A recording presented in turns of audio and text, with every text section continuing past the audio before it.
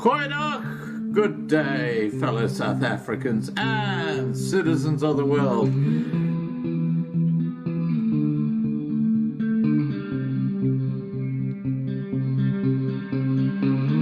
I've been looking around for salvation. I've been looking around for the truth. All around me I see frustration, and I looked all over till I found you. I sit and listen to your stories, and you're telling me, please don't worry. Lot in this world you should know, and love in life is where you should go. If you're looking for somewhere to go, if you're looking for someone to know, if you're looking for someone to guide you, then love in life will guide you.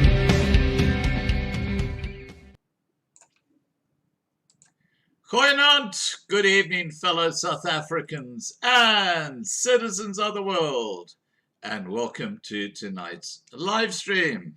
And yes, we are off Loving Life for a while. This morning, my main Loving Life channel received another community strike, nearly 12 hours after I had deleted the live stream I had with Dr. Peter Munns, where we spoke openly about the coronavirus. Let me show you the notification I got for this from YouTube. Here we go. Okay, the video which attracted a community strike by YouTube is available on our new platform, lovinglifetv.com. You will see it on the second line at the moment of the video archive here on lovinglifetv.com. What is highly disturbing is the fact that a couple of people from other South African YouTube channels made themselves known by trying to promote their channels in the side chat on the live stream last night. I know who they are. The Loving Life moderators did the right thing, doing their job, and deleted their spam comments. These people then reported my live stream before it was deleted, resulting in a community strike which YouTube cannot give a valid reason for. And you can see here, content deleted by the user. By deleting this content, you won't be able to appeal it. You'll notice that this one here, they say medical misinformation is a policy. They don't even know why they deleted the live stream because they never saw it. Actions. Well, there are no actions because there's no video. This is the craziness of YouTube. This is why I am so pleased we're transitioning off YouTube to our own platform, which is lovinglifetv.com, where we can't be messed around by big tech. Now, I'm sorry if I'm having a bit of a rant, but I need everybody to know what the heck is going on.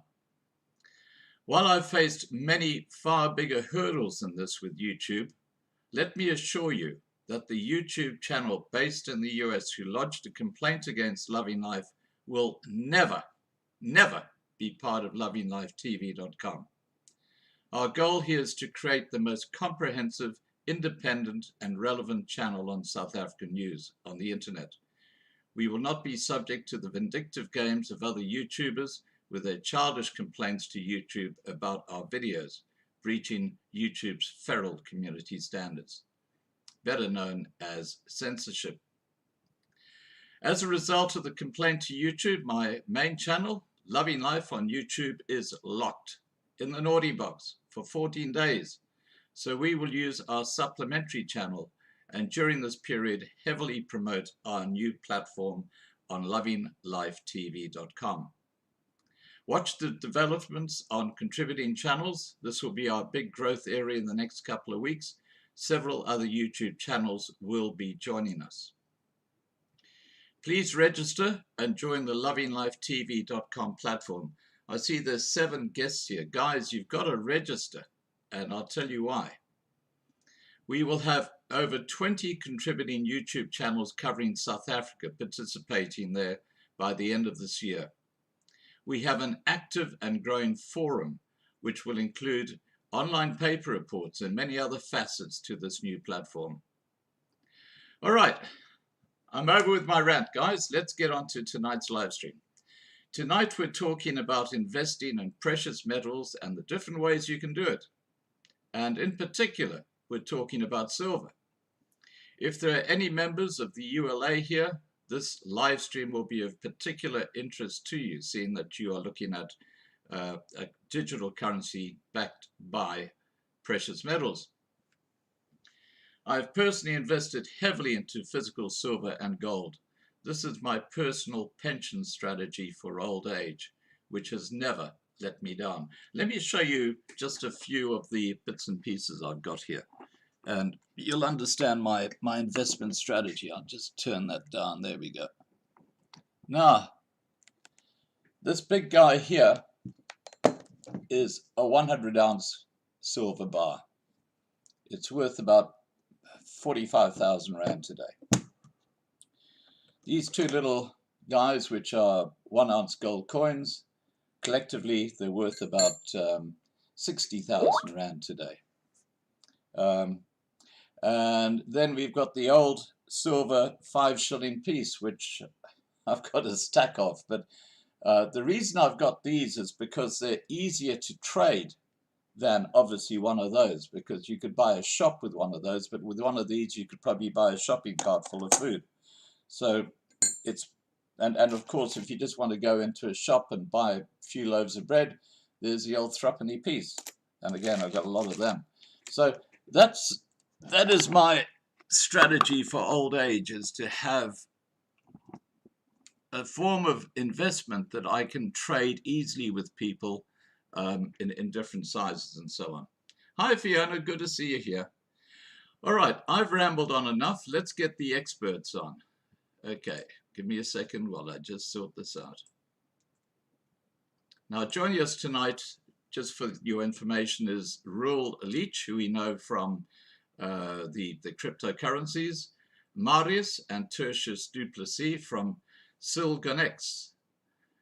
And please note, before I get our guests on, the discussion tonight is not financial advice. It's not financial advice, and it is up to you to do your own research into investing in precious metals or crypto. It's something you've got to look into and decide. We are by no means suggesting that you do this. It works for me, but you know, it's up to you guys to make your own decisions. Okay, I'm going to get Marius on first. Here we go.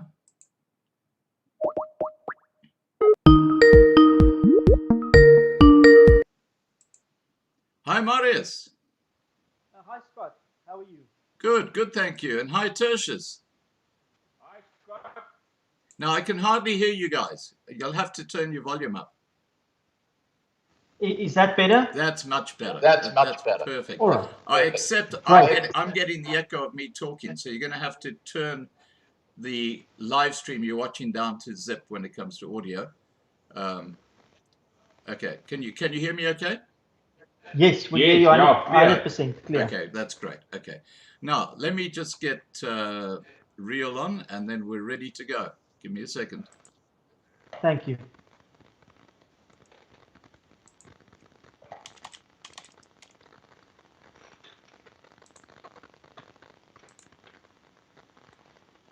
Okay, Reuel is joining us, I believe. Here he comes. Now, you guys have got a business called Silganex, haven't you? Hi, Reuel, how are you? Fine, thanks. And you, Scott? Excellent, thanks, buddy. I think you guys know each other, don't you? Yes. Yes. Okay, cool. Right. Hi. Now, just I kind of lost the space here. Which guy is Marius and which guy is Tertius? I'm Marius, and Okay. Tertius is here next. Okay. Yeah. No, I was too busy doing other stuff to really get that. All right. Now, let's kick off by finding out a bit about your company, Marius. And I think Tertius is the CFO, isn't he? That's right. Yeah. Yeah, go ahead. Thank you. So actually, Silganex celebrate today the first year anniversary. We 1 year exactly today, and we came up with the idea a year ago that we wanted to make silver accessible to everybody, even if it's in small denominations, starting at 1 gram and going up to as much as you would like to buy. But the general public have no clue about silver, and they don't know where to begin to actually acquire silver, as well as gold, but we now talking specifically silver. So we decided to come up with the idea of having a digital silver coin, which is backed 1-to-1 with the physical silver. So for every one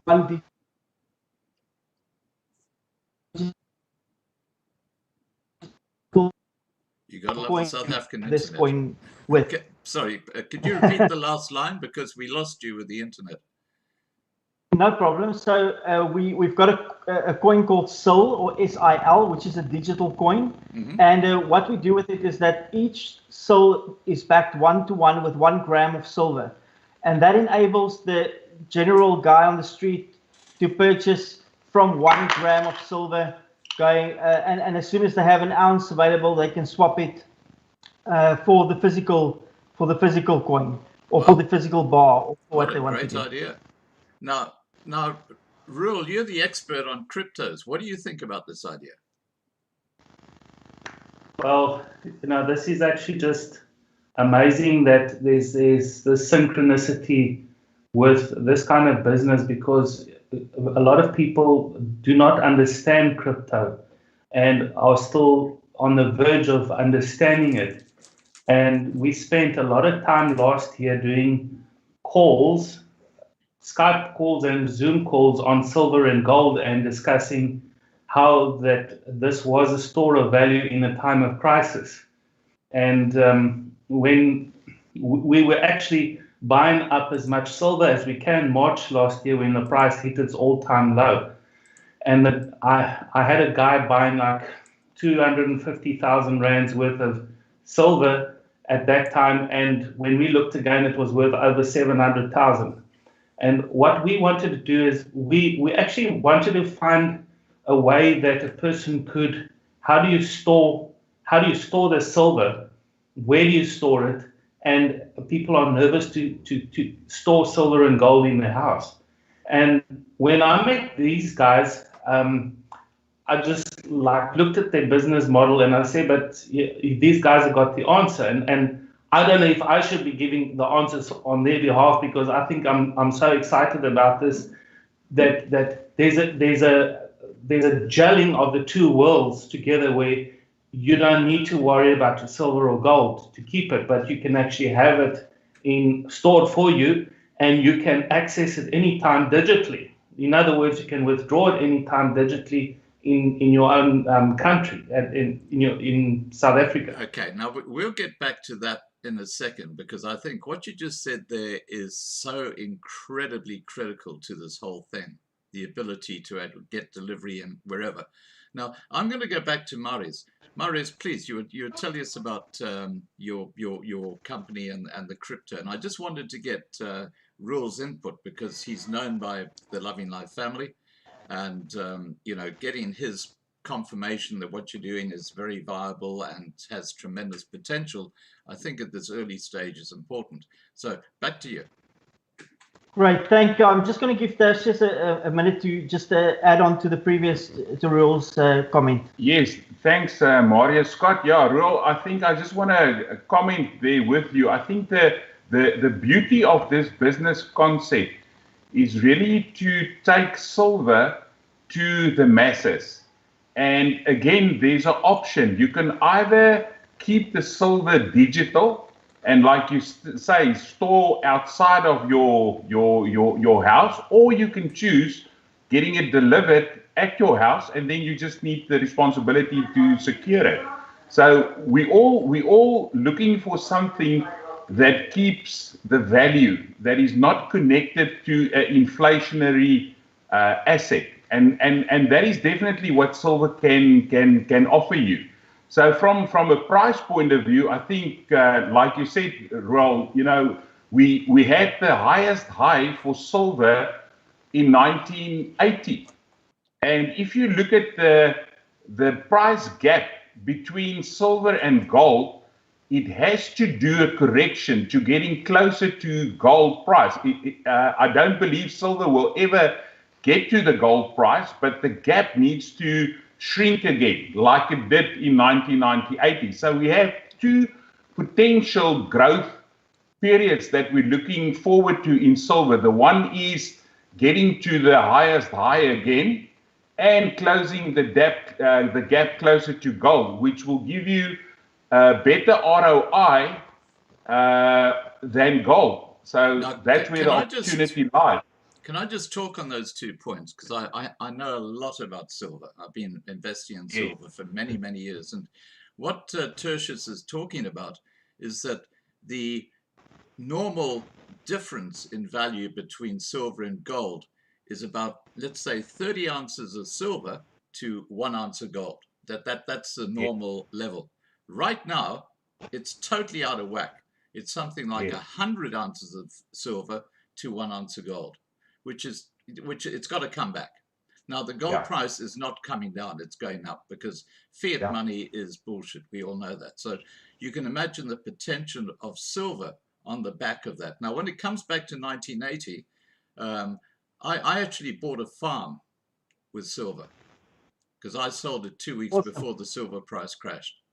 And it's a story I told a couple of times here, but I've been buying the old silver coins, and I've actually just shown some old silver coins here before I got you guys on, because this is my pension, because I believe that this way I can't go wrong, because if fiat money collapses, I've got the actual money or the silver in my hand, and I go to a shop and say there's 1 gram of silver in this ticky, and I can go and buy some stuff. Sorry, back to you, Tertius. I just wanted to add to what you were saying there. Please go ahead. Thank you. And then that's exactly why we started with small denominations. We started with the physical coin that you can hold in your hand starts with 5 grams, and that's around about 100 rands worth of silver. And the idea with this is that if you need to get to a point where you need to spend silver physically, you don't have to go with the 1 kilo bar and try to shave off a little piece of it. You can actually just pay with a 5 gram or a 10 gram, which is equal to then 100 rand or 200 rand at the moment. Of course, that will go up, but that's the smallest that we start with. From a company point, what I'm just showing on the screen right now is old South African tikkie, a threepence, which is about 1 gram of silver. Okay, sorry, back to you. No problem. So and then we just something else quick, and it's actually interesting for a lot of people that didn't know, but the word dollar actually came from silver. It was actually a Flemish word, dollar, and previously it's a coin that were minted in the Czech Republic, called close to Joachimsthal, and that's where the word dollar comes from. So it was before dollar, and that's how it is, and that's how it will always be. That's just some information right. That I would like to add on there. Right. Okay. Now, Reuel, if I can go back to you, you mentioned earlier about the way the synergy is between the crypto and the silver now. Now, I think one of the most exciting things for me when it comes to this concept that you're talking about here is that, look, I've got okay, I've got this 100 ounce silver bar in my hand right now, and that thing weighs a ton. Now, you can't walk around with that on you, but if you've got the equivalent in crypto, it means you don't have to carry the silver, but you can then still trade that crypto in at let's say, can you trade it in at the Perth Mint, for example? Real? All right. The silver is not as regulated as what gold is.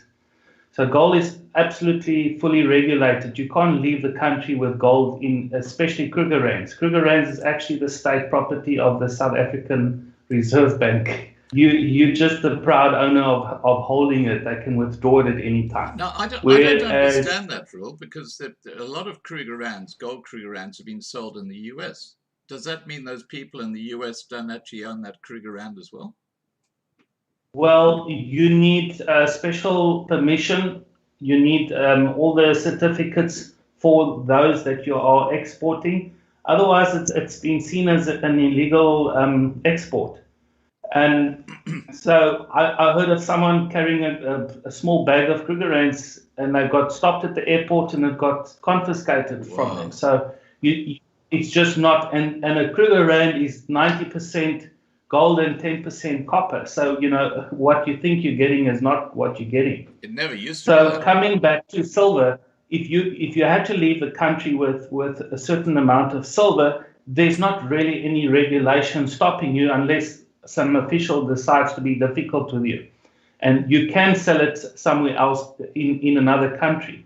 But it makes a lot more sense that you can sell your silver to Silvernex, and they'll buy it from you, put it on your debit card, and you can use it anywhere in the world. And this is what I'm excited about. We've been waiting for these guys for years. I just don't know why they took so long. So what you're saying in effect, Reuel, is that there's your card.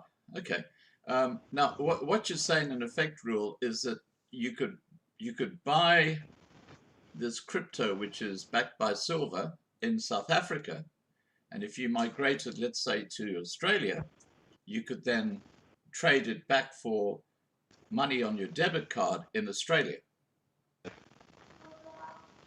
Yes, technically you can. I think Marius or his partner could elaborate on the Australian situation. Okay, let's go over to Tertius. Tertius?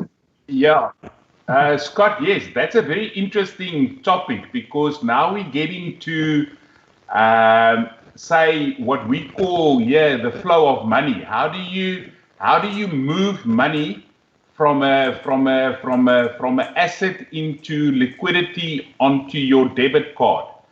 Now that is definitely possible, and Reuel is 100% right. Silvernex will definitely buy the physical silver from you, either paying you in fiat money or pay you in crypto, which is most probably the better one of the two.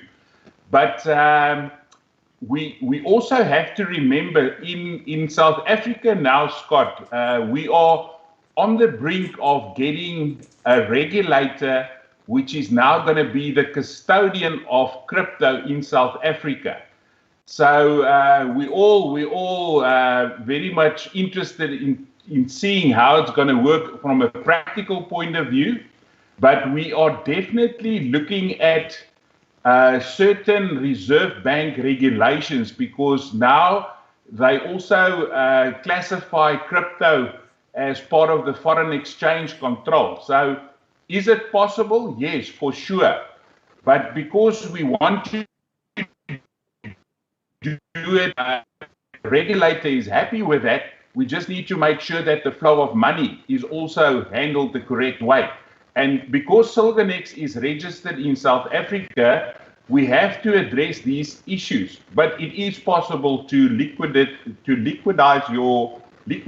your physical silver into a fiat currency or a cryptocurrency on your debit card. If I can just add something, the cards that we have available currently, the jurisdiction sits in Singapore, so it's not regulated in South Africa. So that's making it much more easier as well to make use of this card, because it doesn't get regulated by the South African Reserve Bank or authorities in South Africa. And that's specifically why we went for the solution in another country or a country like Singapore, which is much more crypto friendly than South Africa or some other countries. Right, well, that makes a lot of sense. Now, Yeah. Reuel, we've had a bit of an intro into this new crypto that Marius and Tertius are managing. Now, I want you to tell us what your views are on what's happening in the world today, because the world is in a crossroads with the devaluation of currencies and potential stock market crashes coming. What are your thoughts about where the financial markets are going in the world right now? All right, Scott, we actually have what we saw last year with the March crash was a very small crash compared to the one that's coming. So when we talk about the stock market crash, we talk about a 7-year cycle. The Israelis call the Shemitah year, which every 7th year they were supposed to rest the land. And then we'll see like 2008, 2015, and now 2021. The end of this year, we're going to see the biggest stock market crash ever.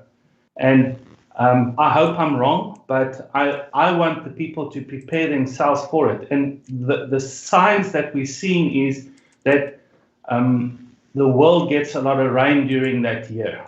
And we've seen a major increase in rain already this year, with even some areas flooding. And with that, you'll see the stock market crash, especially the Dow Jones. I think the Dow Jones is like the barometer or the thermometer of what's really happening. And when you see that happen, even a lot of cryptocurrencies will crash at the end of this year. So we are warning our traders to take advantage of what's happening, the bull runs that are happening in the markets. And then by the end of this year, they should have, they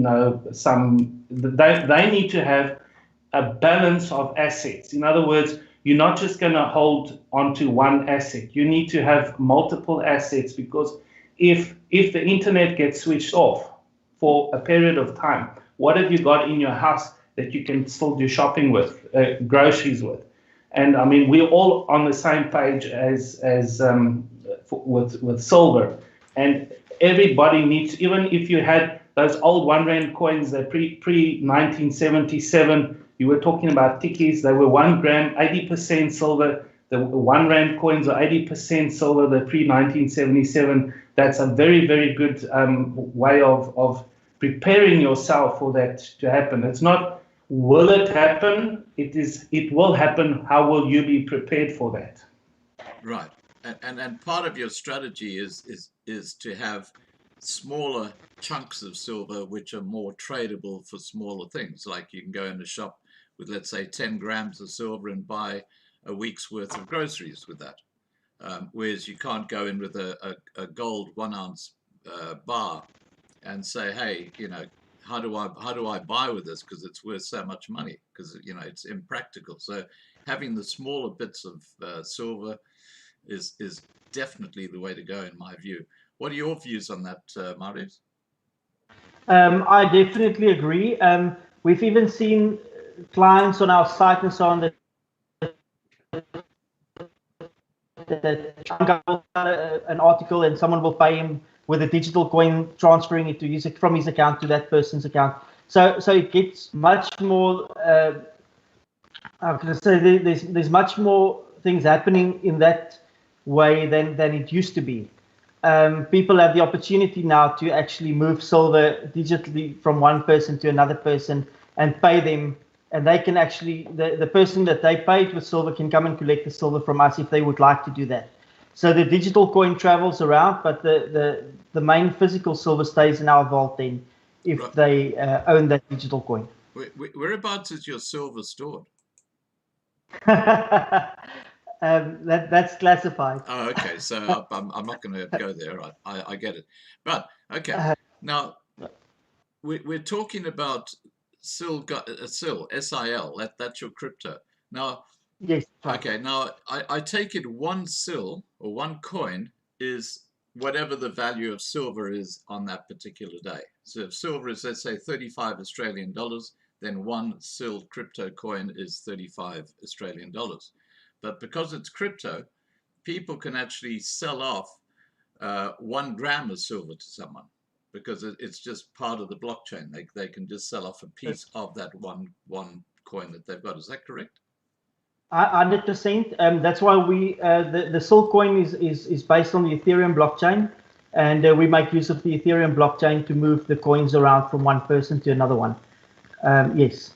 Now, the Ethereum blockchain is the one that I think it's JP Morgan have said they are going to be backing because they think it's the safest and the best blockchain around in the crypto market. Am I right with that, Reuel? I would like to agree with that. It is definitely a safe option. It's not the only blockchain that's around. It's become a very expensive way of moving funds across borders. There are other blockchains that are going to be in competition to Ethereum, but of course, most of the new tokens that have come out in the world are using Ethereum blockchain because it works out cheaper than building your own one. Yeah, well, I know that Dodge has its own, and it's very cheap to buy and sell Dodge. Now, sorry, Tertius, you wanted to say something. Please go ahead. Yes, Scott, thanks. I just want to contribute, and because you are a knowledgeable person on the silver side, I think the challenge that we have currently is trying to explain to the people that the spot price of silver is not always. It is not always the same as what the coin price is. Exactly. Because the spot price is based on this rock of silver in the back of our picture.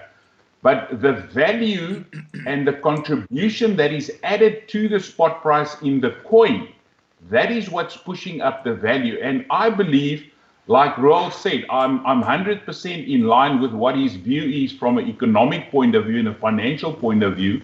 I think we've already triggered hyperinflation. And it's just a matter of time until we're going to start experiencing those hyperinflation price increases. And at the end of the day, I believe our silver coin that is more valuable than the rock will have then the buying power that we're going to need when the fiat system eventually is under much more pressure than now. Right. No, I totally get it. Now, just continuing on this particular line. Now, Reuel, what are the safer alternatives, knowing that Bitcoin and some of the cryptos have gone sky high? What about the man in the street? What alternatives does he have? Crypto-wise or silver and gold-wise, Scott? Well, up to you. Just tell us. All right, great. I'm glad I've got the freedom of speech. Well, yeah, I tell you what, not like YouTube, but YouTube actually locked my Loving Life channel for 2 weeks yesterday because we upset the snowflakes, and this will probably upset the snowflakes, what I'm saying right now. But please continue.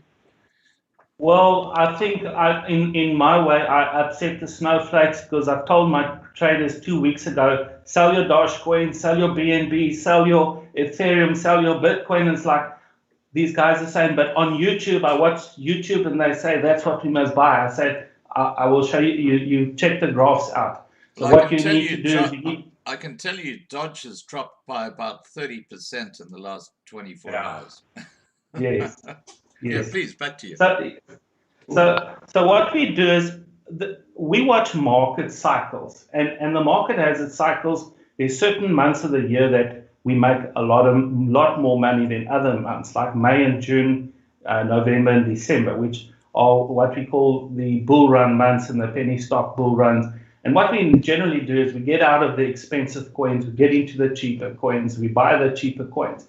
That's why I like to talk about, to the person on the street that doesn't know anything about crypto, I like to talk about silver and gold because everyone likes to brag, I've got gold. All right, big deal. you can't sell your gold in 5 years and make profit because there's no value to you can't resell it. And as we just heard, that the silver, the real silver price versus the market price is not the same.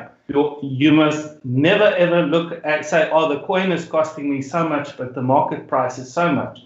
It's eventually silver will go black market in a time of crisis. And the manipulated price that we see there will have no value to the real price that it's been sold. And silver was sold at double its price when the markets were at its lowest.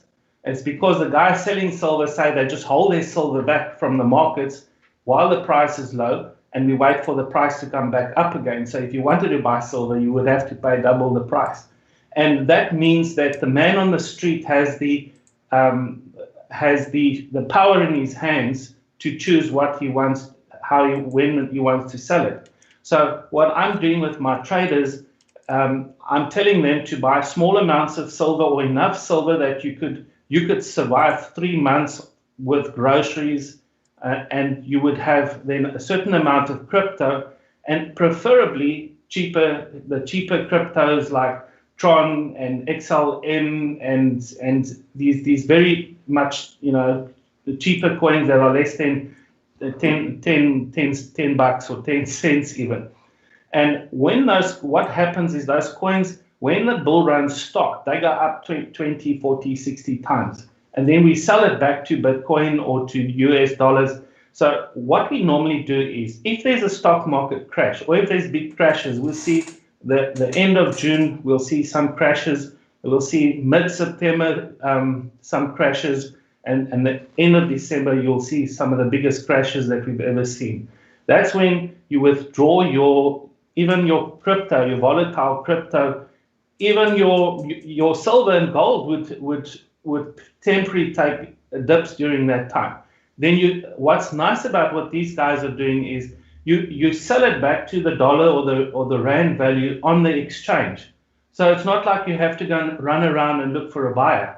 So what these guys have done is they've actually taken the worry out from. They've melted the physical world to almost said the spiritual world, the invisible world of digital assets, and you can sell when you want, as much as you want, and put it into cash right away without having to look for a buyer. Because on the exchange, there's always buyers, and on the exchange, there's always sellers. And as the demand goes up, so does the price go up. And so this is actually a perfect solution for the guys that are thinking ahead. Yeah, can I just add to that? No, I know this from experience with the physical metal. You've got to go and phone up a gold dealer or a silver dealer in the city, and you've got to take transport or get in your car, drive there. It takes you a whole day to actually go and get the money for that physical piece of metal, or alternatively, if you're going to buy, the same process. It takes a whole day to basically do that. Whereas what we're saying here is if you've got the wallet open, you can just say, okay, I'm going to buy or sell X amount, and bang, it's there. You don't have to go through that long process of actually physically buying or selling. Yes. And if I can just add on, because of the fact that the silver is already with us in our vault, there's no need for someone to transport it. They only transfer the digital coin back to us, and we can then liquidate it onto the card, which makes it very easy because we don't need to check quality, quantity, all of those processes. It doesn't have to go through that again because we're already sitting with a physical product with us. Marius, how is that audited? I mean, how do people know that physical silver is actually there? Okay, so we have in the beginning, when we started, we've engaged with an outside third-party company, a big auditor firm, and but before they could have started audited, they had to give us guidelines and processes that we had to get into place for them to be able to audit. And I can tell you that we have talked to Deloitte, so that was the company. It's still the company that we're busy with and dealing with.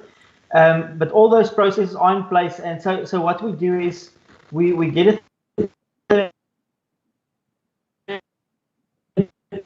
audit on the amount of digital coins to the amount of physical silver to make sure that we keep the ratio of 1-to-1. Right. Now, I know, for example, that the ULA, which is one of the secessionist groups in the Western Cape, they already have a very similar scheme where people can basically have a card and, you know, they put money in and that money is backed, I think, by gold. I don't think it's silver. But clearly, what you're saying and what Reuel is saying is that gold has complications, whereas silver doesn't.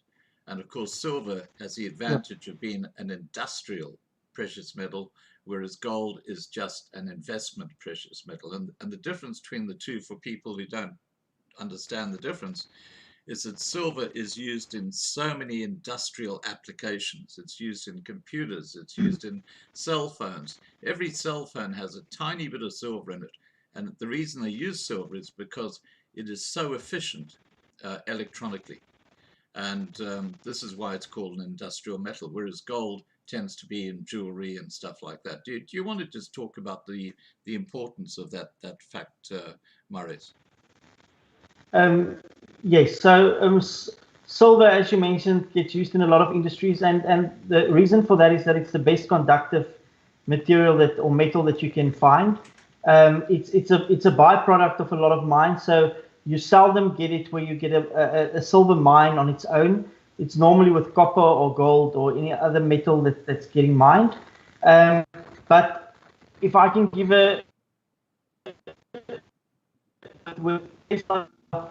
busy with their solar project, the demand for silver only in that field, in the solar field, is already increasing at such a pace that it's not very long before the price will start blowing out of proportion again. But yeah, and if I can just add something onto the card, so we bridge with the card that we have, we bridge the gap between the crypto world back to fiat again. So you cannot put fiat currency onto the card. You can put cryptocurrencies onto the card and you can withdraw it in fiat. Or you can put the silver on the card and withdraw that in fiat. So that's the way back again to the fiat world for people who sit with cryptocurrencies or sit with silver that would like to liquidate. Right. Now, a lot of people here, I'm sure, are totally confused about how crypto works. Now, Reuel, your wife gives free lessons, or doesn't she, on crypto? And for people who sort of thinking of putting their foot in the water and perhaps getting a wallet and perhaps getting some silver coins, explain to people how, and is your wife there with you? It looks like she is. Yes. Does she want to come over and just explain to people? So we decided on a Tuesday night that we would give an introduction to cryptocurrency and what it's all about, and the blockchain technology and where it's going, and we just do an introduction to trading also, so that people kind of, they're all tense when it comes to cryptocurrency because they've been scammed by all of these get rich quick schemes and Ponzi schemes that promise them returns, etc. So so she does the Tuesday night call, and you guys are always welcome to send us a message for tomorrow night's Tuesday night's call. Yeah. Now, Good Marlena, evening, gentlemen. Yeah, we can. Hi. Now, Marlena, Hello. can you Where's put the in... camera? Oh, there's the camera. Okay, well, nice seeing you online. It was just perfect timing. Just when I actually walked past, I heard you say something about your wife, and obviously, I had to come and... Your ears were burning. Your ears were burning. Now, Marlena, Yes. can you just drop in the link to Reuel's website where the people can actually make inquiries about doing this free course with Reuel's wife? And yeah, that's great. All right, so I just wanted to bring that in because I know a lot of people are saying, whoa, I don't know about this crypto. It sounds a bit complicated, and it really isn't. I was like that, okay, until Reuel came on and he said, this isn't this. I thought, okay, I'll give it a go. And it's really quite easy once you get your head around. It's like anything else. It's like driving a car or playing golf, or once you understand the basics, it's quite simple. And that's where you come in, because you give those training courses, and as I said, they're free, so people can come in and they Yes. can get the basics and what it's all about, and then they can make their decision on what they want to do. Absolutely. I was very determined because Reuel's got an amazing curriculum, level 1 to level 7, and the astroscience course. But I kept on saying to him, love, we lose many people from level 1 because it's on the level that Reuel has developed the curriculum. Is quite a high level of understanding, and it's really for the guys that already has a great understanding when it comes to cryptocurrencies. And I kept on saying to him, I believe that we've got a bit of a gap, and we need to close the gap. So let's get something together to take somebody that is curious and want to know more, but still a little bit scared. But let's just give them the information that they need to actually close that gap. And if they are then interested at that point in time, I want to learn more about trading, then let them do the level 1 course and then continue with the curriculum. And we found now we've started this about three weeks ago. I do this every Tuesday evening, and wow, it's just absolutely amazing. The people have a basic understanding. They now understand what is an exchange. People don't even know. One of the reasons why for me, it was the cherry on the top, was a very good friend of mine, believe it or not, contacted me, and she said to me, a friend of mine has put money into, I'm not going to name the exchange, but it was an exchange, but she named it on the name.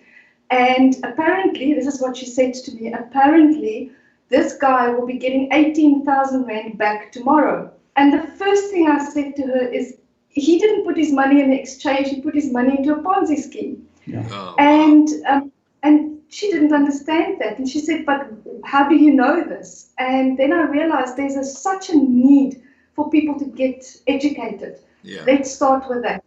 Yeah, you see, after last year's big crypto Ponzi crash, the guys in the startup Ponzi schemes, they're calling all the Ponzi schemes by the name of exchanges. So you think that you're signing up with the exchange, but you're just signing up with a Ponzi scheme that's promising you returns. Yeah. So people are falling for this stuff, and people they would rather give their money to someone than to actually learn how it works. Which is and crazy. So which is absolutely crazy. Yeah. So what the synergy I see with Silvernex is that people want something physical in their hands. Digital is still beyond their mindsets. So if somebody has, we tell them you can have a debit. You've got a card that you can use, and you can use that with your funds. That puts them back in the old world. We still have to gel the old world with the new world. And giving them physical assets that they can decide, I'm going to keep it at home in the safe or under the pillow, or I'm going to leave it with the guys that I trust. Right. Now, I totally agree. I totally agree with you guys. The big problem on our side is also with clients that come in and they either lose their keys, or they don't know how the system works, or where basic things is to start. Where to start with basic things, and if those basic introduction guidelines can be introduced to them, it would make everybody's life a lot better. right. And that's I really appreciate what you guys are doing with that. Okay, fantastic. And of course, for people who want to get into trading on crypto, once again, they can contact Reuel, and he's got some amazing courses that run on. Gee, what's that program called? That software called?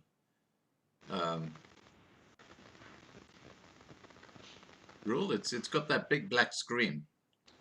You know, that software that you run your courses on. Oh, okay. Well, that is just a tool we use with the Trading View. Yeah, that's the one. Yes. Yeah. Yeah, the trading view is just, it's like a plug into all the platforms that you can do your chart analysis and show the people, because a lot of people are sitting on YouTube getting stupid information. Sorry for me saying this, because it's stupid information. They're buying into the coins that are already right at the top, and they're getting FOMO, fear of missing out, and because their friends and family, and that's what we saw in 2017. All the new Tom, Dick, and Harry started getting into the high coins, and that's the time when we were already selling off and saying, thank you for buying at high prices.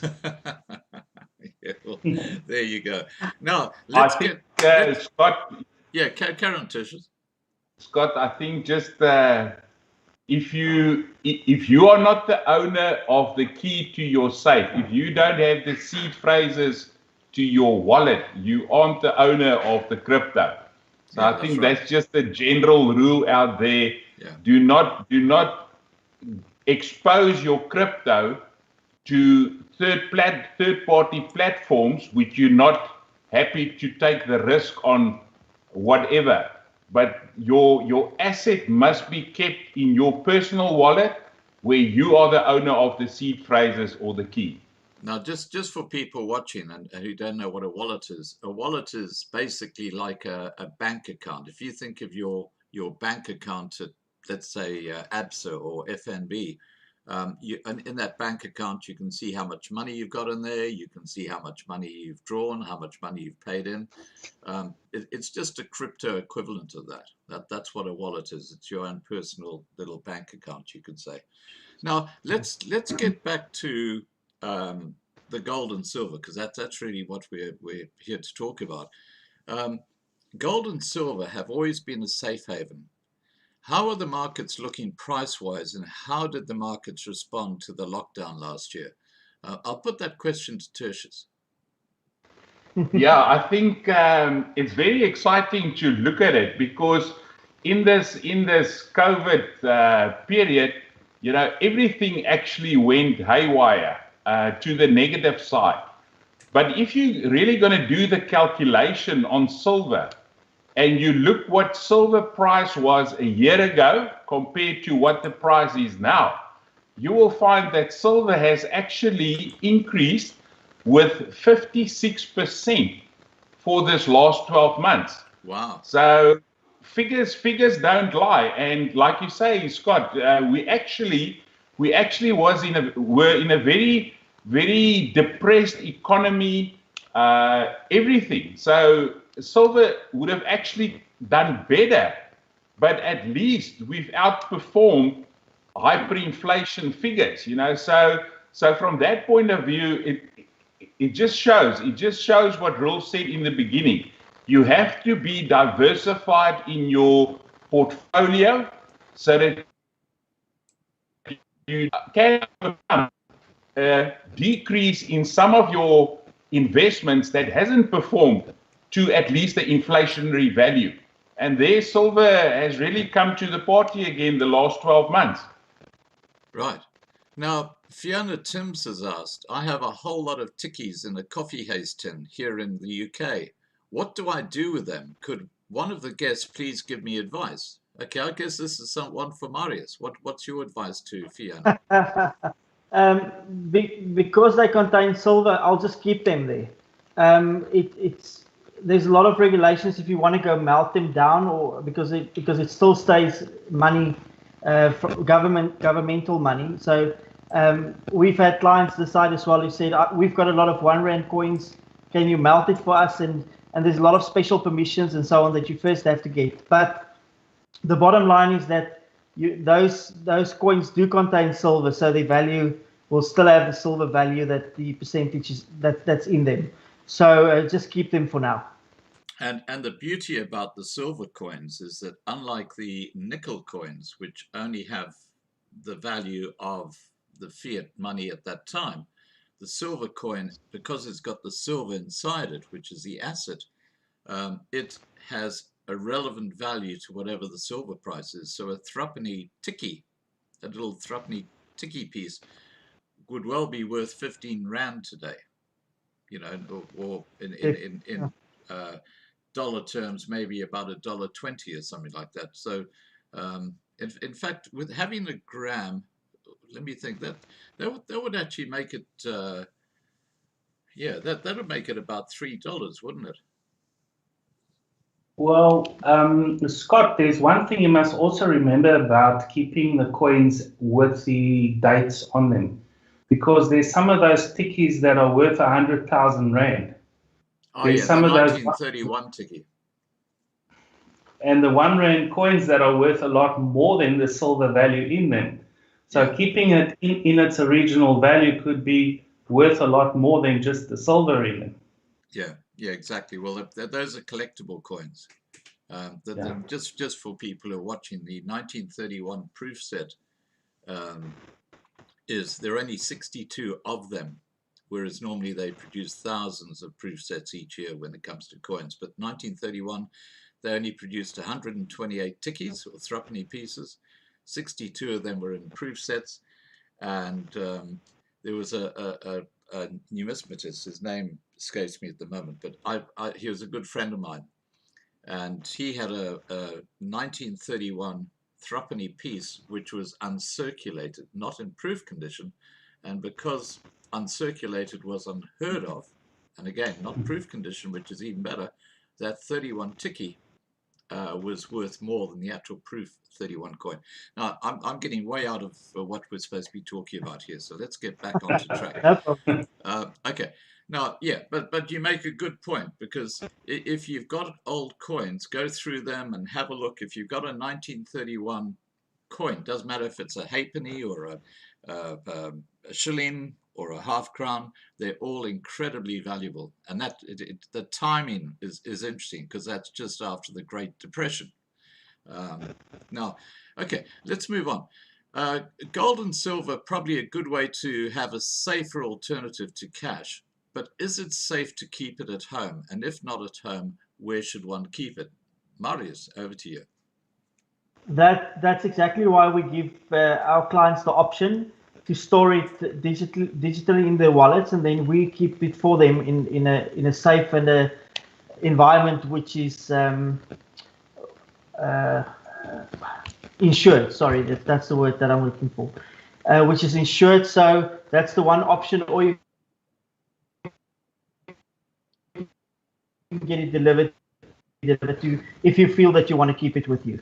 And that's up to everybody, but the option with us is there that you can actually keep it in our vaults, and you'll own the digital coin, and you can exchange it at any time and pick up your physical silver.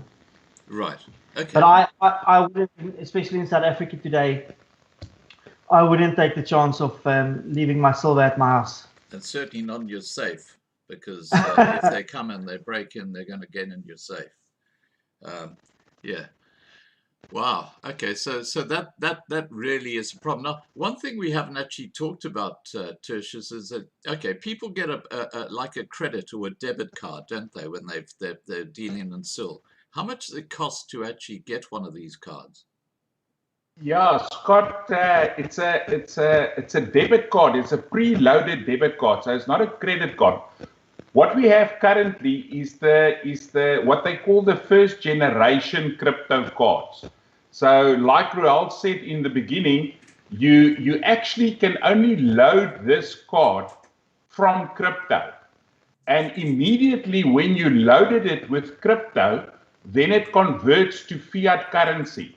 That's why some of us have more than one card, because the one card can be, say, a euro-based card, the other one can be a dollar-based, and this last couple of months we're getting cards now that got multiple fiat currencies on them.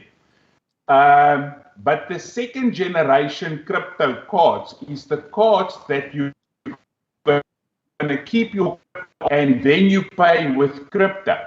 But that means that the supplier where you bought your products from, or where you paid for your services, must accept crypto then. From a cost point of view, Scott, if you do the calculation of the different transaction fees, how to get your crypto back into exchange, back into your bank account, if you add up all that transaction cost, you will find that it's going to cost you more than just going directly from your crypto into your crypto card and then spend your fiat on your crypto card in whatever country you are. So the fees of the card is international credit card fees, if I can call it like that. But from a liquidating your crypto back into fiat, it's definitely more cost effective to do it through a crypto. And I notice your card is Visa, so it's backed by a very big. Yeah. For me, Scott, what is very important is that, and fortunately, a couple of years ago when these cards started, we all were very interested in getting this type of cards, but they weren't backed by these reputable institutions. So for me, all my crypto cards is either a Master or a Visa, and then yes, there are one or two other that is reputable, but I will not put my crypto in a card that is not backed by one of these credible institutions. And from that point of view, again, what I said in the beginning, if you want a card like this, you have to go through the KYC process. So it is a regulated space, but that gives me comfort that at least I know when I put this card into an ATM machine, it's not going to swallow it and give me a message like it's a unauthorized card or whatever. It will convert my crypto back into fiat. Now, just getting back to the basic training course, do you cover this side as well? You know, the having a debit card and stuff like that, how that works? Are you referring to the ABC course, the very basic course? The very basic one. No, but I can include it, absolutely. I think that's probably a good idea. Yeah, absolutely. Because it's like an extension to the whole thing, isn't it? Absolutely, yeah. Well, interesting to say that what these guys, I don't know what they've done, and now they've got this right, because we started with a card quite a few years ago. It was called a Zappo card, and most people know about the Zappo card. We've had several cards in between, and because of European Union regulation, they stopped all the cards, all the debit cards from all the countries. But we actually see, and all the debit cards that are available are from the Far East at the moment, the few that are available for South Africa. But we do see the easing of regulation. I mean, PayPal and MasterCard and Visa are busy talking about incorporating Bitcoin and that kind of thing into the world that we're talking about. But people must remember that you need education on crypto. Don't think you can just move Bitcoin to a card or somewhere without there's high costs involved. And maybe Marius and partner can discuss the kinds of coins that they using on the exchange, because that would help us understand the process. Is that we want to make the process as cheaply as possible, and educate the people about the future of these kind of things. Because as soon as you want to move your one asset to another asset, and I think that subject we're also going to touch on is there's obviously, when you take the money and put it into your bank account, there's some tax implications that are going to come. So there's a whole education process that people need to go through. You can't take big amounts of money, put it into your bank account, and think you're going to get away with the tax. Yeah, because the banks will report you if you do that. They have an obligation to do that. So if I can just add which coins you can send to the card currently, it's Bitcoin, Ethereum, USDT, and Tron or TRX. Right. Those are the. I love Tron. It's the cheapest one to send. So Now, congratulations. getting back to you, Tertius, how much does that card cost? Let's say I've got Sil and I want to get the card. How much does it actually cost to get one? There's a once-off cost of 100 euros currently on the card. And what's very interesting is that you must always look at the expiry date on the card, because that once-off cost, a lot of cards, is only valid for 2 years. This specific card that we're using at Silvernex is valid for 3 years. So you actually got to take that cost and divide it by 3 to get a cost comparable to maybe a card that will only cost you 80 euros, but it's only valid for 2 years. So basically we're talking about between 1,500 to 2,000 Rand to get the card for 3 years. Yeah. Okay. All right. Okay, now let's continue.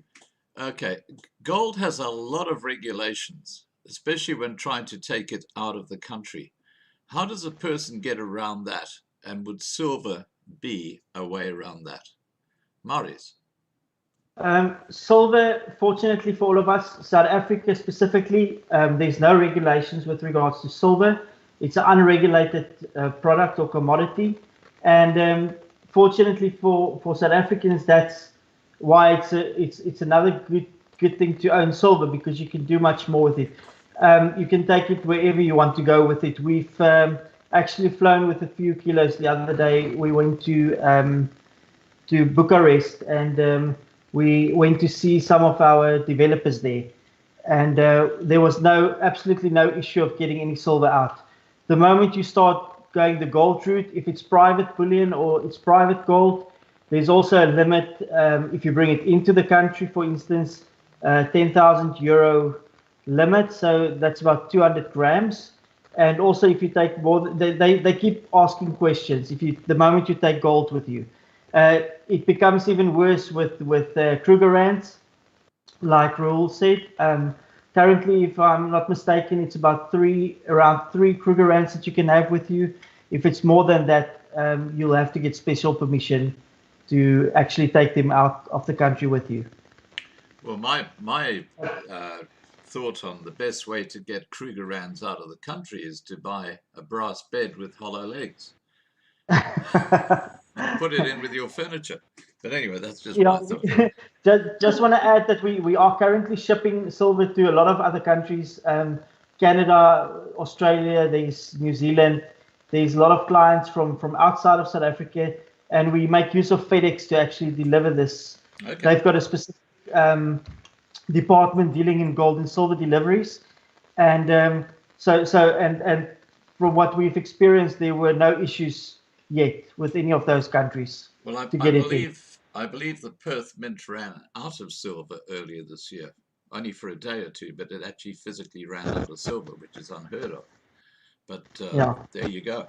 Now, okay, how does Silvernex come into the picture, and how do they solve the problems related to, we're talking about having physical gold and physical silver, and the big one to me, which we touched on earlier, is if I'm migrating from South Africa to, let's say, Australia again, and I've got this I've got this crypto, I've got SIL, and let's say I've got the equivalent of 50 kilos of silver on in crypto. How do I get that out of South Africa into Australia, and then draw it there? Is there any way the South African Reserve Bank can basically say, well, hang on, guys, you've got all this crypto on your account, you can't leave the country with that, because we know you're just going to exchange it in Australia. What's the technicality behind all that? So there's two ways of doing that. The first is to physically swap your digital SIL back to physical silver. Take your silver with you and fly with it, or just take it with you. The other option is to exchange it for with somebody else on the platform, maybe for another cryptocurrency like Bitcoin, Ethereum, or what you want to do. We have a complete exchange as well. That's part of the Silganix site. Or the third option is you liquidate it back or sell it back to Silganix, and then we place the money onto your card, and you can take the card with you and spend the fiat on the other side. Okay, so it gives you there's a few options. So from what you're saying, the Reserve Bank do keep an eye on how much SIL people have got in their crypto. Scott, yes, if I can come in here, I think I've alluded to it right in the beginning, is that we are in a regulated space regarding the foreign exchange control. Right. So specifically in South Africa, if you take money out of the country and it's less than $1 million, you don't need any Reserve Bank authorization to do that. Right. As soon as you want to take out more, you have to apply to the Reserve Bank and to SARS for approval to take up to 11 million out of the country. So if you look at taking fiat out, or you're looking to taking crypto out, or you're looking to take kryptonized silver or kryptonized gold out, it all falls within that regulated space that the Reserve Bank is currently looking at. And I think each and every country's got different rules regarding that. But yeah, I think that is why it's so important, which I'm very happy to hear, that there's basic training, because that should form part of the basic training, so that people don't get the idea I can just move, say, 20 million easily by means of crypto out of the country. There are certain regulations that you have to comply with. Right. Now, Greg Adams has asked, he's in the United States of America, and he said, are there these types of cards available in America? So the SIL card, is that debit card available in America? Yes, it is. Okay, and basically, again, you pay €100 and you can use it for 3 years, and you can then use it in shops and all sorts of places, just like a normal card. Any place that accepts Visa, any point that's Visa acceptable. So it's a very flexible thing, and because it's a debit card, you're not paying interest, and you don't have to make payments at the end of the month, which is good. Yeah. Okay. Yes. Yeah. Okay, now Jack Stander has asked, solid physical silver or gold, yes. Digital silver and gold, not for me personally. No, thank you. Now, how would you persuade Jack to consider investing in crypto silver? Well, just tell him the reason why you've actually got a unique selling proposition. The digital side is there to make it more flexible. If you own the digital coin, you own the physical silver. The digital side is only there to assist people in moving it around from one person to another without taking the physical silver and give it to someone. There's a lot of advantages to the silver side, but it means with the audited side with the company that you own the physical silver and you can collect it at any time, or you can actually get it shipped at any time to you. So it doesn't mean that if you own the digital side, you don't own the physical side. They link together at 1 gram to 1 coin. And it's just a request that needs to be sent, and you can pick up or get that delivered. Right. Scott, I think that's the beauty of the business, is that there is choices. So if Jack feels comfortable in having the physical silver, then that is what he should do. If he's not comfortable with the digital side currently, get yourself educated. And what Reuel and his wife is doing is great, because I believe the key word is education in this digital space. And then when Jack is comfortable with the digital space, then he have the option again to convert some to digital and not keep it all in physical format. Right. Now, just for everybody who's listening, I need to make this very clear, guys, that cryptocurrencies are going to become more and more of our lives. And it's like before the old credit card. Remember the days before the credit card, where you had to give cash, but now you've got the credit card. Now, what's happening with crypto is that even Elon Musk, you can go and buy one of his Tesla cars with crypto, believe it or not.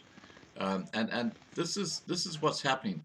You've got again Elon Musk with his SpaceX, where he's got his a huge place where they send these rockets up into space. They're looking at building a city next to SpaceX and using Doge crypto coin as a currency in that city.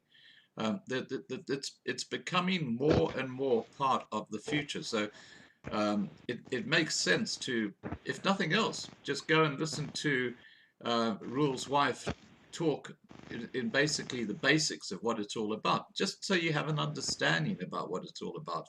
It doesn't cost you anything. And at the same time, if you don't like it, you can say, okay, I'll stick with what I'm doing. But if you think, well, like I did, I'm just going to put my foot in the water and see what happens, just be very conservative. Just put in 100 Rand or 1,000 Rand or something like that and just play with it and just see what happens. Just understand the process. I can see you're champing at the bit to say something, Reuel. Go ahead. Scott, yeah, I think starting with the question that we had about I'd rather keep my silver than have a digital silver. I think there's multiple concepts that come out of that question, because we all have trust issues these days with who's holding our asset, and we're not in control of our asset. And we've just heard earlier, if you don't hold the keys and all of that. But what we find is that a lot of people tell us that they're investors, and 99% of people are not investors. And you know that because they have 70% of the time they've got emergencies happening and they need money right away. And having a physical asset like silver or gold is actually would be a schlep to have in your hands when you want to liquidate that into fiat currency. I would like to look at the middle path of that and say, I would like to hold some physical asset with me if there's if there's stock market crashes tomorrow and the internet gets switched off, which is like an extreme situation.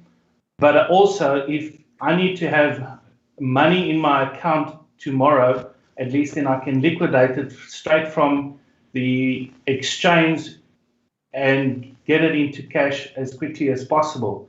And where that shortens the time. Everything in the world today is about time and saving time. And saving time is saving money. I had a guy tell me the other day he believes in cash only. So I said, what do you do at the end of the month? Well, he goes and has to stand in like 20 queues to go and pay all his debt. And it takes like 2 days to go and stand in the queue. So we can be extreme with the way of the thinking, but we have to look at the pros and cons of both sides of that story. Right. Okay, now I've got another question from Greg Adams, who says, could you ask your guest if platinum is a good investment? We need South African platinum on our American cars and trucks for our exhaust systems. Who'd like to answer that one?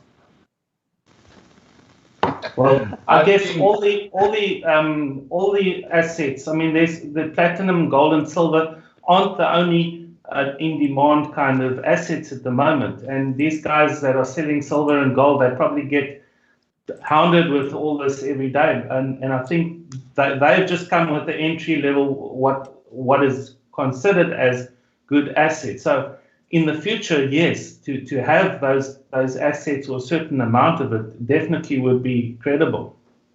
Right.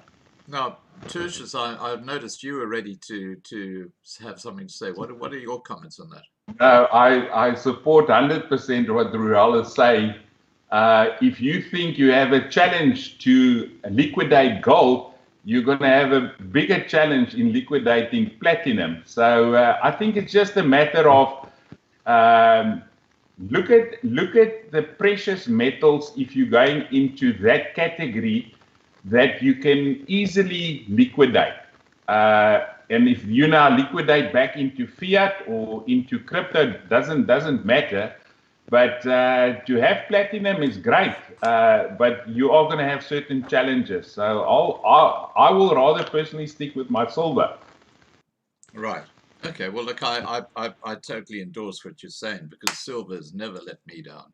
And I the beauty about silver is that it maintains its value.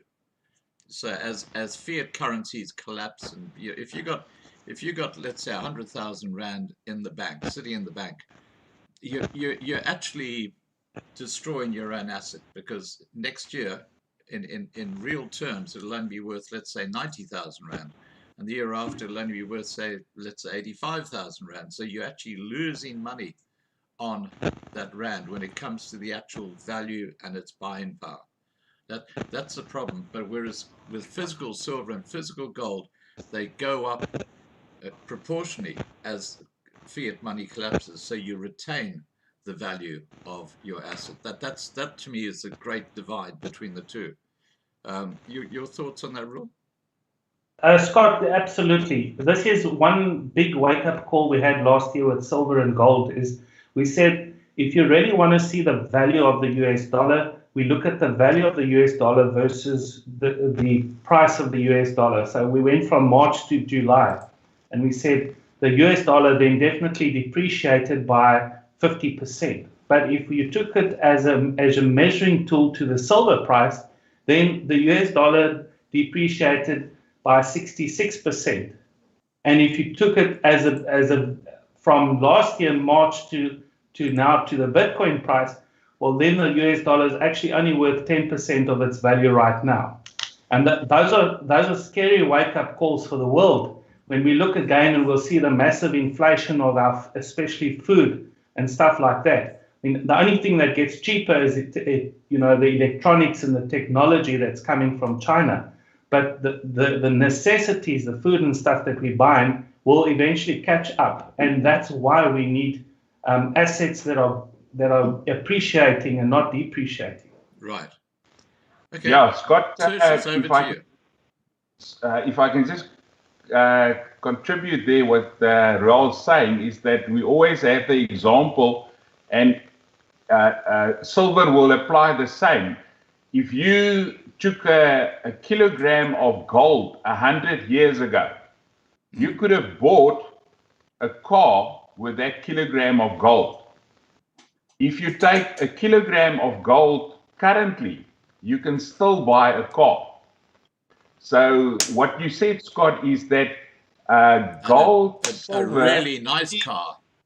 Yeah, you're talking about a 60,000, $80,000 car. What I actually should have said is that 100 years ago, with a kilogram of gold, you could have bought the best car on the market. Yeah. Model T was, I think, the front runner there. But today, with your kilo of gold, maybe you're not going to get the best car, but you're definitely going to buy a car with that kilogram.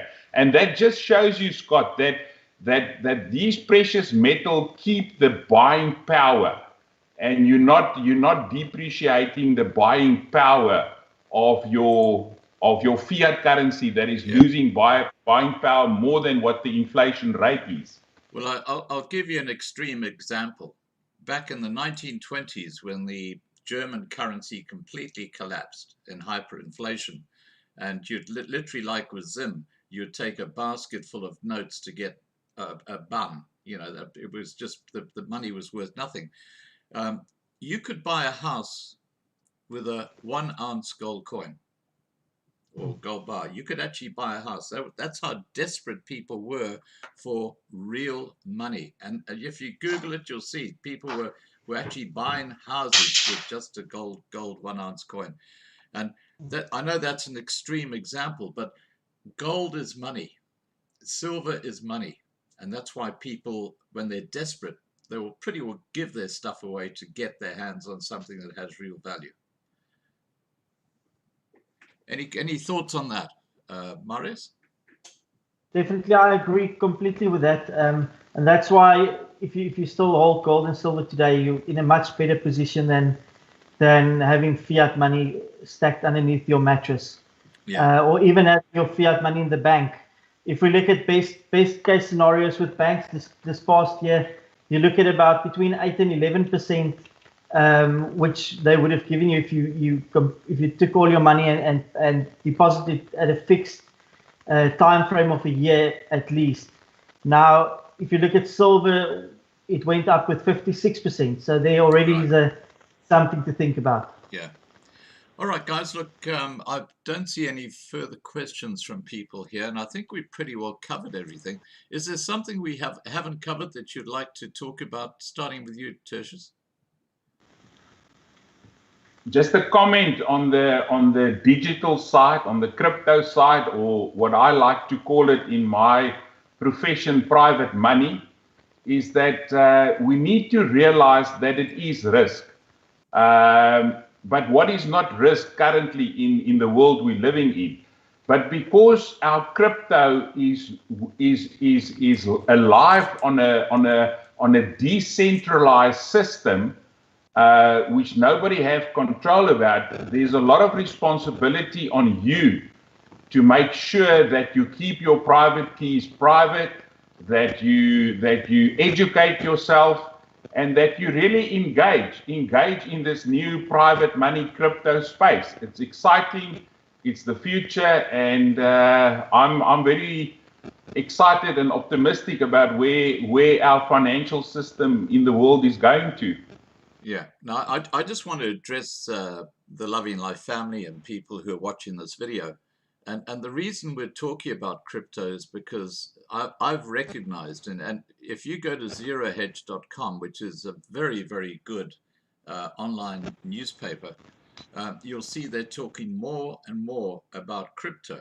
And they're talking about how it's becoming a huge part of the financial system. And what I'm trying to do is to get people who in the Loving Life family, even if you're an old fart like me, just getting knowledgeable about what crypto is, because that way, you know, when you at a point where, hey, I've got to actually get involved in crypto because of this, that, and the other, it's not something that's foreign to you. You've got a basic understanding of what it's all about, and that's why it's so important, these discussions we're having with people like Reuel and with Marius and Tertius, and of course Reuel's wife. I do apologize. I have a brain moment where I just can't think of your name. I do apologize. No problem. It's Nelda. Nelda. Okay. So Nelda, and Nelda's the one who does the training courses on Tuesdays. So Yes. and they're totally free. So you know, hey, just get that basic education. Reuel, I can see you champing at the bit. Go ahead. Just one thing, and I think if you're not interested in crypto or silver and gold, just consider this. As a pastor, I went and spent 5 years of my 7 full-time years in the ministry in Zimbabwe, and I can tell you one thing now: if South Africa goes, I'm using the word if, because we see the threat already in place. If it goes the way the Zimbabwe went, in 2000, the farms were starting to be taken away from the farmers. I arrived in Zimbabwe in 2002, and the currency was worth 180 rands to 1 Zim dollar. In the next 2-3 years, I saw 3 million, 5 million Zim dollars to 1 rand. And what we did is we kept our foreign currency. We kept our silver and gold, and at that time we only went to exchange what we needed to exchange for that week, because the currency was devaluating at such a rate. The government were printing notes. They were importing notes, Czech notes from Germany, and by the time it arrived in Zimbabwe, they'd already depreciated by 20-30%. So, you know, if you think that the rand is stable and that everything is cool with the rand, think again twice, because even if you've got a million rand in your bank, that million rand should be worth about 20%, 25% by the end of this year. If you take the devaluation and the inflation and everything that's happening. My projections for the rand in the next 2 to 3 years is 80 rand to 1 US dollar, and that's just Wow. a conservative number. Wow. Now, I'm just going to show on the screen what Reuel is talking about. That's a $100 trillion Zim note. Now, some of my subscribers know, or some of my family know, that I'm a trillionaire because, look, there's the proof. I've got $100 trillion Zim note. But you know what it's worth? It's worth nothing. I can go and stick it on the wall as wallpaper. It'd be cheaper than buying wallpaper. That's the danger with fiat money. It's only worth something as long as people believe it's worth something. But when it's got no real value, whereas precious metals do have real value. Okay, now is there anyone else who'd like to just have a comment before we wrap up this live stream? Marius? Yes, please. So I also want to add that what we've done is, as another product offering, is that we allow people actually to, I don't know if you can see it, but we allow people to personalize these coins. Oh, wow. So if you want to leave a heritage to your children, or you can put your family crest on there, and then we can print all these, or get all these coins made and minted with your specific logo or your whatever you want to have on the front. So that's just what I wanted to add. How much does that process cost? It's a once-off process of getting a die made, and that depends on the size of the coin. So it depends if it's going to be a 1 ounce coin. You're looking, if it's 2-dimensional, you're looking at about 7,000 rand once off to get the dies made, and then there's no other printing costs, minting costs involved. We'll just do your coins with your specific die then, instead of putting Silganex on both sides. Now you said 2-dimensional. What are the 3-dimensional ones? You can get 3D. That's a bit more expensive. That's probably around 13,000 rand to get that die made, because it's a bit more work. I was sent a most beautiful silver coin with the big 5 in it, and of course the big 5 is the Loving Life sort of theme. And have a look at that with the big 5. Isn't that absolutely gorgeous? It's amazing what they can do today. It's absolutely amazing. All right. Now, Nalita, is there something you'd like to say? Nelda. Sorry, Nelda. I'm just having a don't worry. I'm just very excited about this ABC course. You know, I've always said that I'm a born teacher at heart, and I always said if I had to, I should have probably become a teacher, and I didn't. But I always said that if I did, I would have been the grade 1 teacher, and I would have been a very good grade 1 teacher.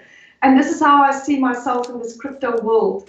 I want to really be that person that lays down the foundation and tell the people what is this all about, and groom them for what is about to come going forward. So that's the one thing I want to say. The other thing I want to say, maybe one or two of the gentlemen can just elaborate on that. And I'm passionate about it because of personal experiences that I've seen so many people that have got crypto and pass away, and the family do not have access to that crypto. So if we can maybe just sort of have some comment, what happens in that case? I would think that you would get an executor that would also obviously, when that person is not there anymore, that they do have access to your crypto, listening to what Tertius has said about keeping your keys private. I totally agree with it. But what happens in an event when somebody passes away? So that's just the one thing that I would have loved to hear. Oh, that's what is that, Tertius? It's such an important comment you made there, and it's very important. And in my line, we always discuss what is the estate obligation when you pass away. What happens to your crypto? If the crypto is in your name, it goes into your estate, and we know that your beneficiaries is going to get much less than what you've built up over the years. But to answer your question is, you have to have a black book like this in the crypto space with all your passwords, all your seed phrases, and somebody nearest and dearest to you have to know where this book is. Because if you don't allow the access to somebody when you passed away, you have donated your wealth creation in the digital space to the universe. So it's very important, and I do believe in your education, your training, you make it very clear. Again, it's a decentralized system, blockchain, but you have to take the responsibility of looking after your digital assets. Right. Now, I've got a question. Yeah, carry on, Marius. Sorry, I just want to add. So one of the points that we discussed with the new developers, and that's why we went to Bucharest, was that they need to add a line in for us into the back office where you can nominate a person if you're not, well, that you want to transfer all your silver to, because that's a very important point. Somebody else needs to be able to come and collect it on your behalf. So yeah, just something from my side. Right. Now, I've got a question here from Garnet, and I do apologize, Garnet, I didn't put this question earlier. What are your views on gemstones? And I'll just put that question out there. Who would like to answer that? Well, Scott, there's certain gemstones that have really increased in value. I remember 10 or 12 years ago, a friend of mine and I, we went on to bid or buy, and we went and bid on tanzanites. And we did crazy things. I mean, you got money in the bank and you just bid and you get like a 12 tanzanites for 250 Rand. And now you can't even find one for 250 Rand anymore. So polished stones definitely is an asset. Obviously, a supply and demand is always the issue. So gemstones, I don't see value for diamonds, because I think it's the most regulated. I think gold is regulated. Diamonds is over the top regulated. I don't even, if all the diamonds that were mined were released into the world, they would probably be worth glass now. Yeah. But proper gemstones, definitely. Right. Anyone else want to add to that? No? Okay. And okay, one final question here for you guys. Now, I'm going to put this to Tertius. What if you lose your card, or if someone robs it off you? What happens then? Okay, that one is quite easily, Scott, because you are in a regulated space with your card, and with your card you get access to the back office of your card. Like your bank statement, you can easily see what the transaction is on the banks on the card. So you have full visibility of what's happening with your card. If your card gets stolen, you go through the normal process of stop the card, and they just reissue you with a new card. So I won't have headaches about that, but it is a schlep.